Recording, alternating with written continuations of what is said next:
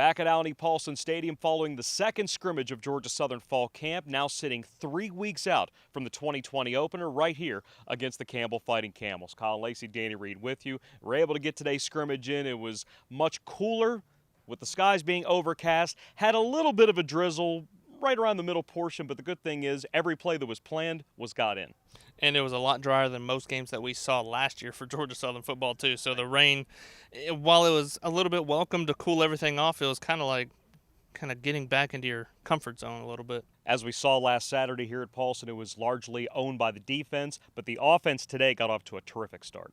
Yeah, you really saw the offense come out of the gates, and really good to see, like you mentioned last week, defense really owned the scrimmage from start to finish. But seeing the offense come out, get the firepower, the defense would catch up to the offense and really own the back half of the scrimmage. But seeing the offense do what they did, you saw a couple of double-digit carries early on in the ball game, but being able to see the offense come out with that kind of firepower was really encouraging. And Matt LaRoche, Logan Wright, J.D. King all had consistent long runs early in the scrimmage, but once it got to red zone period, that's where the defense really started to own things, racking up tackles for losses and all kinds of sacks all day long. Yeah, the goal line period is really where everything kind of flipped for the offense. You saw the ball, it's kind of like everybody talks about for a free throw shooter. Once you see the ball go through the hoop, it's when it starts to really click. Well, for the offense today, it was when they saw the ball over the goal line is where it really started to click. You had 3 scores in goal line sets for Georgia Southern offense, but being able to see what Georgia Southern is able to do in different situations was a big part of what the scrimmage was today. You saw different situations, whether it be 3rd and long or goal line or 2-minute drill, 4-minute drill, whatever it may be. You saw a lot of different situations and being able to see how Georgia Southern acclimated themselves to it. We'll talk more about that situational portion in just a moment, but standouts on defense, and I think we were in agreement on this. It took until about the 4th or 5th different period. Dylan Springer was awesome. He was involved in multiple sacks. Quinn Williams had 3 tackles for loss, including a pair of sacks, and Todd Bradley had his second straight great scrimmage. Yeah, seems like every time we were looking in at who made the tackle, you saw number 11 in it a lot. And so being able to see him fly around the field and being able to see him really at the most comfortable that he has seemed in a couple of years here for Georgia Southern, especially in preseason camp, being able to see what he does and brings to this table, it's just the sky's the limit for him this year, it seems. One of the main questions coming into this season with a likely reduced capacity coming out of Paulson, what was the power of Paulson going to be like? How was the energy going to exist? It didn't take very long from the minus 35 period right before that first hydration break. You had a sequence where freshman linebacker Seth Hodges had a huge hit behind the line of scrimmage. The very next play, Jalen White, who we talked about a lot last week, he had a punishing run downfield. Both sidelines were hopping up and down. They were on the field. It looked a lot like Coastal, except no flags were thrown this time. That was really nice to see. And that's really where you saw the flip switch for the defense. It was when Jalen White had that 28-yard run over a defender where he just plowed through the blue jersey. But that's where you really started to see the defense really kick it up a notch and being able to take pride in what they were doing. Not that they didn't beforehand. It was just that was kind of the fire lit underneath them that this is how we're going to have this scrimmage. You know, after the scrimmage, J.D. King was asked how was the power of Paulson going to look in 2020. Well, he brought up the point, well, you heard how loud it was on both sidelines, but just picture when everybody's going to be on the same sideline when Campbell's here in 3 weeks. Yeah, and I think that's one of the biggest parts of this team.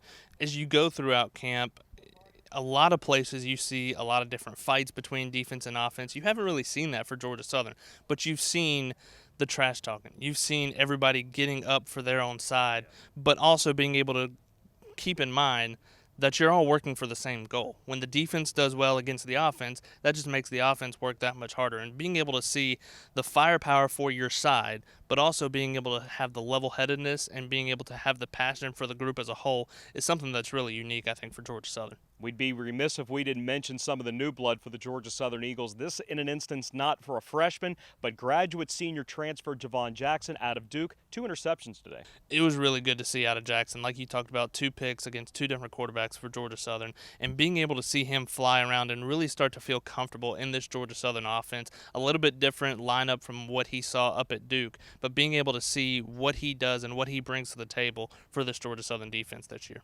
𝚲𝚊𝚖𝚙 had the best throw of last week. He had the best throw of this week. He came during 2-minute period on a second down play, beautifully lofted down the middle to a guy that we didn't hear a whole lot from last year, played minimal action as a freshman, was able to maintain that red shirt. Out of the slot, Darius Lewis, a fine over-the-shoulder play.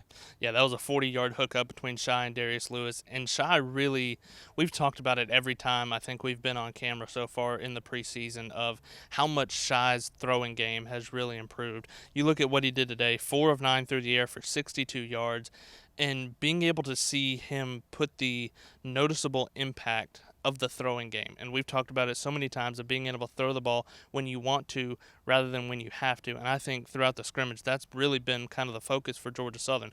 Obviously, Georgia Southern is not going to be a passing team, quote unquote, but being able to do it when you want to and being able to loosen up that running game like we've talked about so many times. You had an extra week's worth of practice. This time it was with classes beginning, so they moved from the morning to the afternoon, but still, you wanted to make sure that there were areas of improvement where you could see that things were getting better. It just felt a whole lot more comfortable today with offense against defense.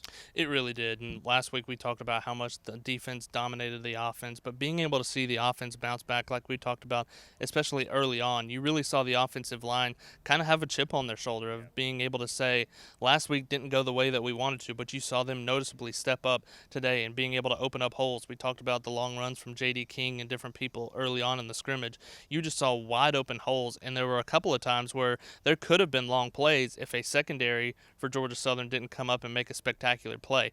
I think of a run that I think it was J.D. King through the middle. The hole was wide open, but Singletary comes up and makes a heck of a tackle in wide open field. And that's a play that probably, if you don't have somebody like a Singletary, probably comes up and ends up into a 25, 30-yard run for J.D. King. So being able to have so many different levels and being able to take so many different things out of different plays is the biggest thing for Georgia Southern. We stand 3 weeks shy of kickoff of the 2020 season.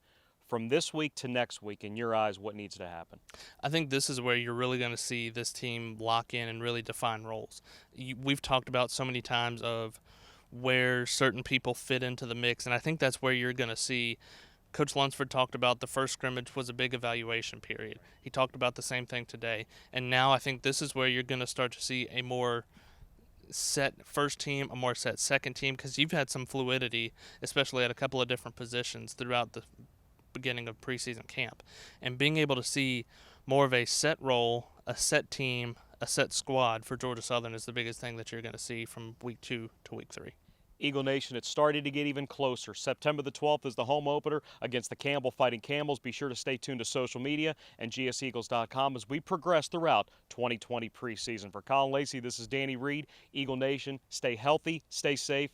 𝚲𝚊𝚖𝚙.